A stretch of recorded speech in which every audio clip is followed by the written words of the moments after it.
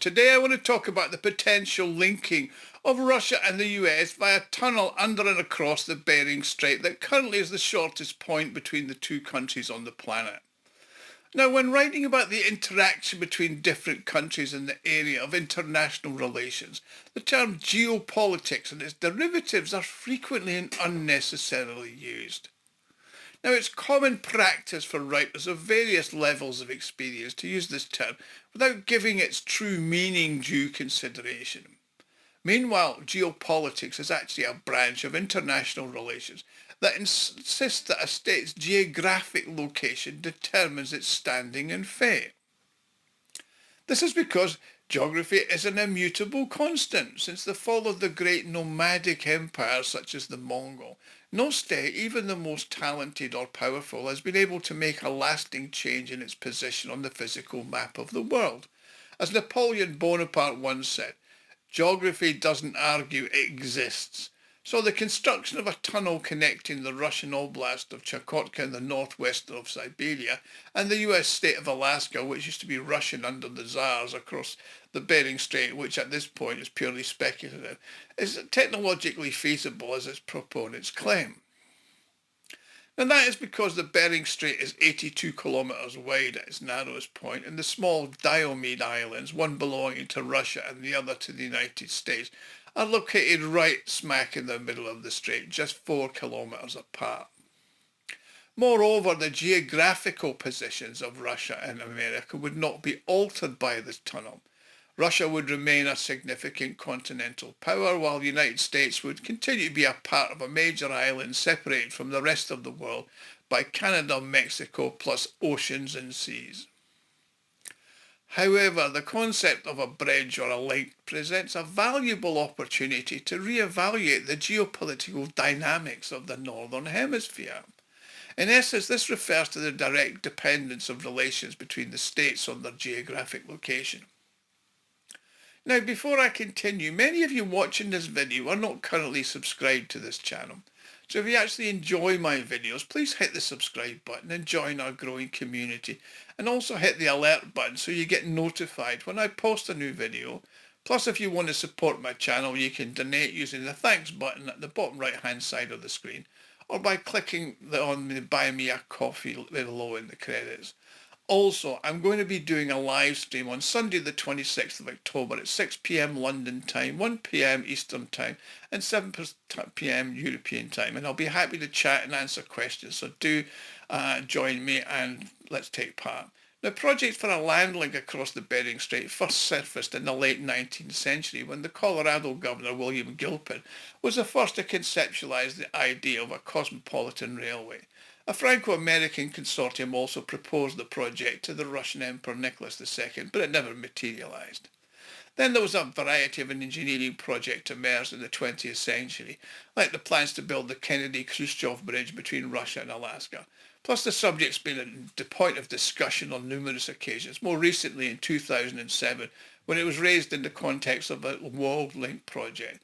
This project proposed the creation of an intercontinental transport corridor between Eurasia and America, with the intention of facilitating the transportation of oil, natural gas, commodities, plus passengers between Russia and the United States and vice versa. The project was conceived as a 6,000 kilometre railway line connecting China, Siberia and Alaska. Now, of course, with modern technology, it's possible to connect Eurasia and America, possibly a Putin-Trump tunnel. Now, while some people are mocking it, there are others analysing the technical aspects, and it's important to consider how the implementation of this ambitious plan could seriously impact international politics and economics. Now, the theoretical prospect of a land or undersea crossing of the Bering Strait could unlock transformative progress, paving the way for unprecedented development across the entire North, both in Russia and in the USA and Canada. A direct route from Russia to America would provide a connection between the most dynamic parts of the world, which is Asia, where Russia has a long-standing presence, and the American continent, which is going to remain a major driver of the European and the global economy. Now, the proposed route would be the shortest land route between Russia, China and the United States, and that would have serious implications for global trade. I mean, historically, sea shipping has been regarded as the most economical model of transportation for large volumes of cargo. During the period of the Western dominance, the isolation of a nation's geographic location from major oceanic routes was often perceived as a disadvantage. However, this axiom is now being subjected to serious scrutiny.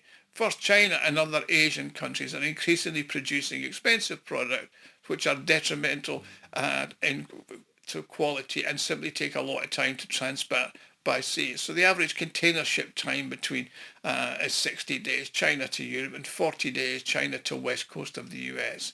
Now, rail transport's always been 3 to 4 times faster than sea transport. Currently, the production of things like footwear and clothing, which is still transported by sea, has shifted from China to India and some of the neighbouring Asian countries.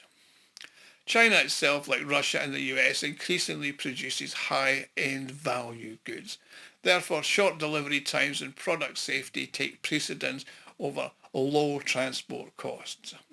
Secondly, due to political tensions and military threats in the seas of the Southeast Asia, the Malacca Straits, for example, or the Middle East, the Red Sea and the Straits of Hormuz, the cost of maritime insurance is constantly rising.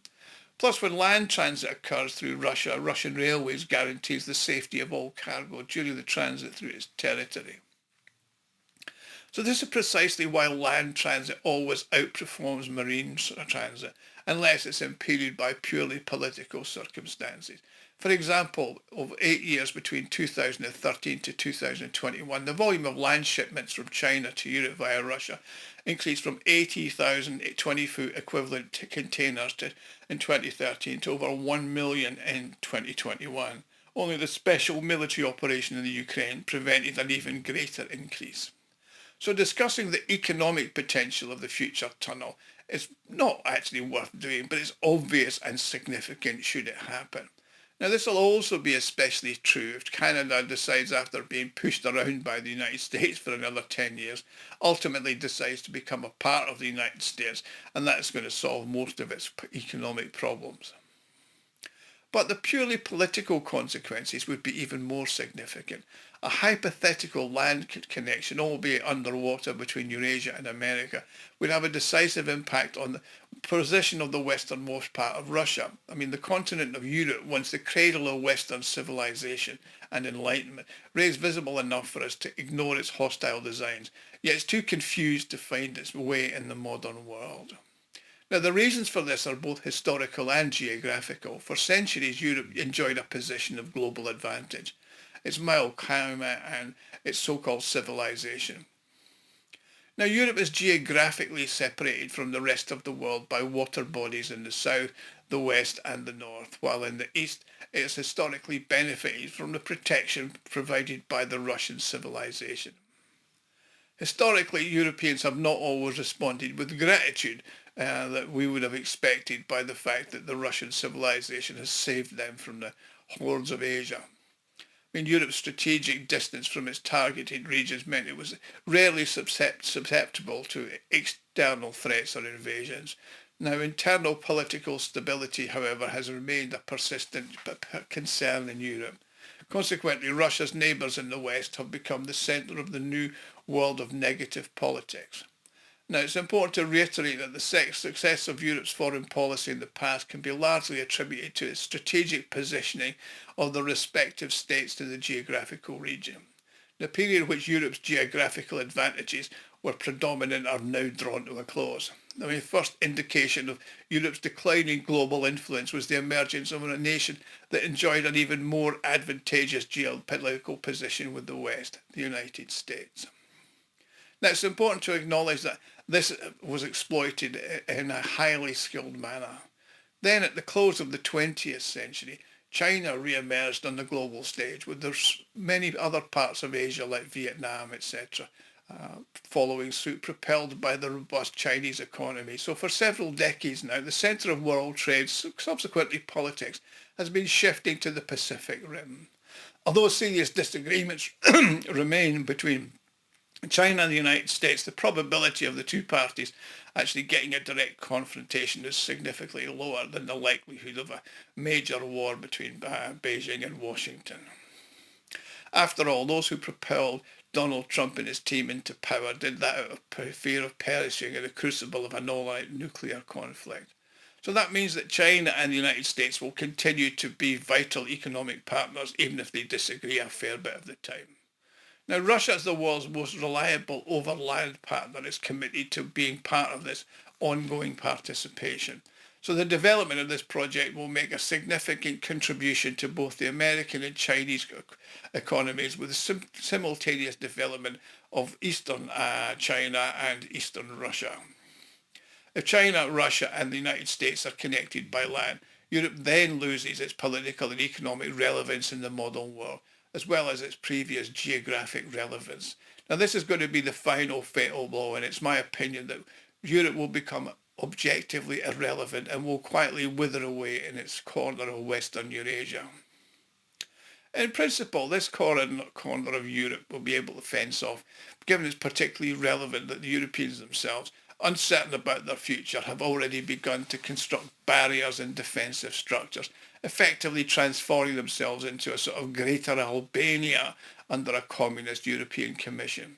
Therefore, the establishment of a direct land link between Russia, the United States and China will undoubtedly have a significant impact on the geopolitical dynamics. While the physical location of countries and continents will remain unchanged, the strategic position on the map is likely to undergo substantial shifts. The construction of the Bering Strait road and rail tunnel will demonstrate the potential for technological advancement and political determination to profoundly, dynamically impact on international relations. So that's how I see it anyway. Thank you for watching, and I'll see you all again soon. Thank you.